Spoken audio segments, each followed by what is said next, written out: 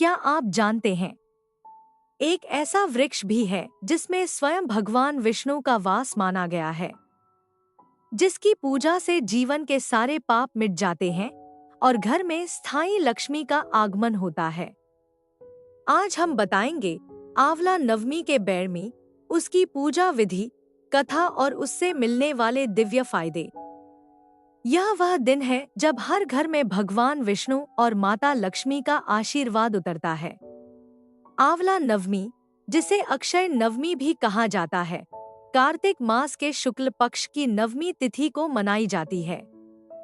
यह दिन भगवान विष्णु और आंवले के वृक्ष की पूजा का अत्यंत शुभ अवसर माना गया है। ऐसा कहा जाता है कि इस दिन किया गया हर पुण्य कर्म अक्षय हो जाता है, अर्थात उसका फल कभी समाप्त नहीं होता। आंवला वृक्ष भगवान विष्णु का स्वरूप माना गया है। पौराणिक कथाओं में कहा गया है कि जब भगवान विष्णु ने धरती पर अनेक रूपों में अवतार लिया, तो उन्होंने आंवले के वृक्ष में भी अपना वास किया। इसलिए इस वृक्ष की पूजा स्वयं विष्णु भगवान की आराधना के समान मानी जाती है। प्राचीन ग्रंथों में उल्लेख है कि एक बार माता लक्ष्मी ने भगवान विष्णु से पूछा, हे प्रभु, कौन सा वृक्ष ऐसा है जो आपको अत्यंत प्रिय है? तब श्रीहरि विष्णु बोले, हे देवी, मुझे आंवले का वृक्ष सबसे प्रिय है। जो भी भक्त इस वृक्ष की श्रद्धा से पूजा करता है, मैं उसे सभी दुखों से मुक्त कर देता हूँ। आंवला नवमी के दिन सूर्योदय से पहले उठकर स्नान करना चाहिए। फिर स्वच्छ वस्त्र धारण कर आंवले के वृक्ष के नीचे दीपक जलाना चाहिए। आंवले के वृक्ष के नीचे भगवान विष्णु, लक्ष्मी जी और तुलसी का पूजन किया जाता है। वृक्ष के चारों ओर 7 बार परिक्रमा करते हुए मंत्र बोला जाता है, नमो भगवते वासुदेवाय नमः। इस दिन आंवले के फल, पुष्प, जल, चंदन और दीपक से पूजन किया जाता है। कहा जाता है कि इस दिन आंवले का फल खाना अत्यंत शुभ होता है। यह शरीर और आत्मा दोनों को शुद्ध करता है। एक कथा के अनुसार बहुत समय पहले एक ब्राह्मण दंपति था जो अत्यंत गरीब था, लेकिन वे दोनों विष्णु भगवान के परम भक्त थे। हर वर्ष कार्तिक मास में वह ब्राह्मण दंपति भगवान की आराधना करता था, लेकिन एक वर्ष भारी वर्षा के कारण वे विष्णु भगवान की पूजा नहीं कर पाए। तब वे दोनों बहुत दुखी हुए और रोने लगे। तभी उनके सपने में भगवान विष्णु प्रकट हुए और बोले, हे भक्त, तुम इस बार मेरे पूजन के स्थान पर आंवले के वृक्ष की पूजा करो। मैं स्वयं वहां उपस्थित रहूंगा। ब्राह्मण दंपति ने उसी प्रकार किया और आंवले के वृक्ष की आराधना की। कहा जाता है कि उस दिन स्वयं लक्ष्मी नारायण उस वृक्ष के नीचे प्रकट हुए और उन्हें धन, सौभाग्य और मोक्ष का आशीर्वाद दिया। तभी से आंवला नवमी का पर्व अत्यंत पवित्र माना गया। इस दिन व्रत रखने का भी विधान है। सुबह से शाम तक केवल फलाहार या आंवले के फल का सेवन किया जाता है। संध्या के समय आंवले के वृक्ष के नीचे दीपदान करने से अक्षय पुण्य मिलता है। महिलाएं इस दिन विशेष रूप से अपने परिवार की लंबी आयु और समृद्धि की कामना करती हैं। कई स्थानों पर आंवले के वृक्ष के नीचे सामूहिक भोज का आयोजन होता है। इसे आंवला भंडारा कहा जाता है, जहां भक्तजन बैठकर प्रसाद ग्रहण करते हैं।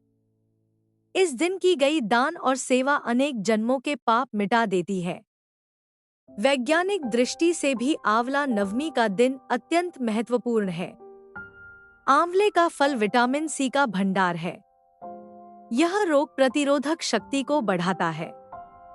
आंवला को दिव्य फल कहा गया है क्योंकि यह शरीर को दीर्घायु और तेजस्वी बनाता है।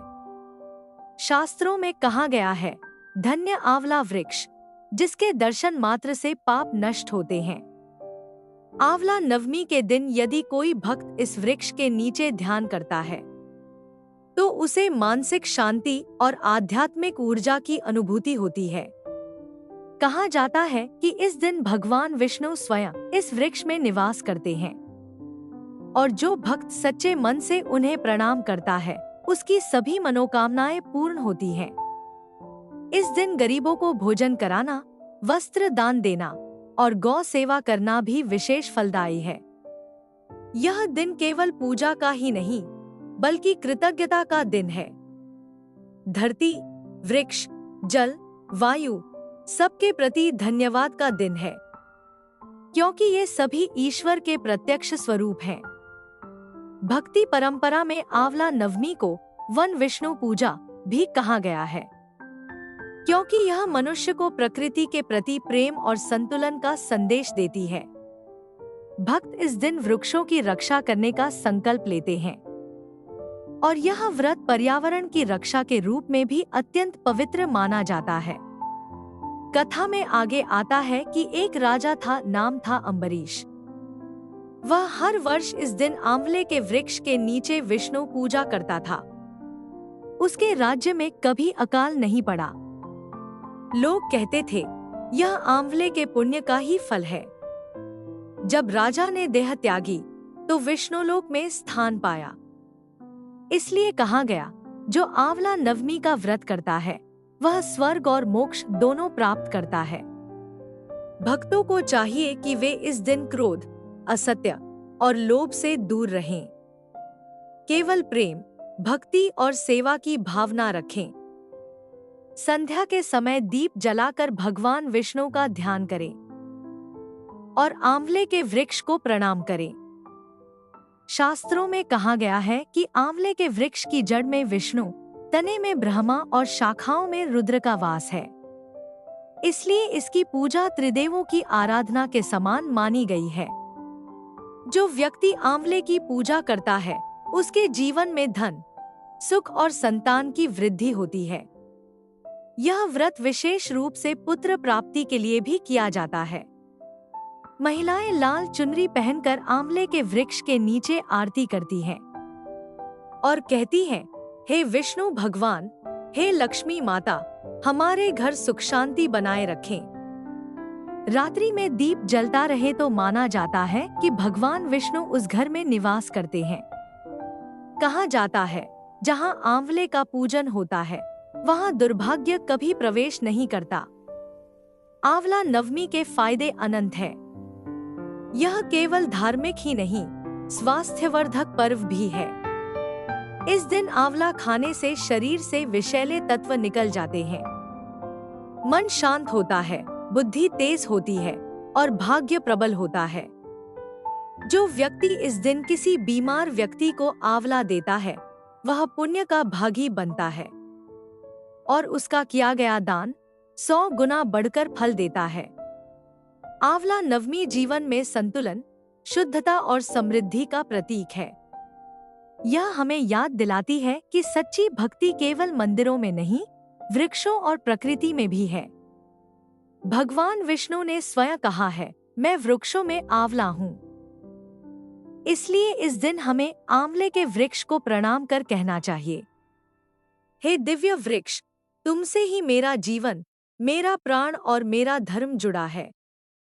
जैसे जैसे रात गहराती है, दीप की लौ के साथ भक्त का हृदय भी उज्जवल होता है और वह अनुभव करता है, भगवान विष्णु उसके पास हैं, उसकी हर प्रार्थना सुन रहे हैं।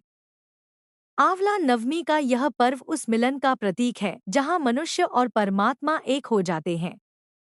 इस दिन यदि कोई व्यक्ति निश्चल भाव से बोले, नमो भगवते वासुदेवाय, तो उसके जीवन की हर कठिनाई पिघल जाती है और उसके घर में लक्ष्मी स्थायी रूप से निवास करती है। रात के समय जब दीपक की लौ आंवले के पत्तों पर चमकती है तो ऐसा लगता है जैसे स्वयं विष्णु भगवान मुस्कुरा रहे हों।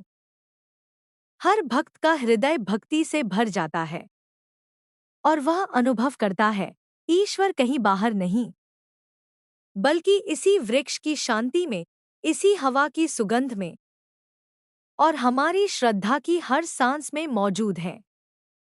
तो इस आंवला नवमी पर एक दीपक जलाइए, एक वृक्ष को प्रणाम कीजिए और अपने भीतर के विष को शुद्ध कीजिए, क्योंकि यही इस पर्व का सच्चा रहस्य है।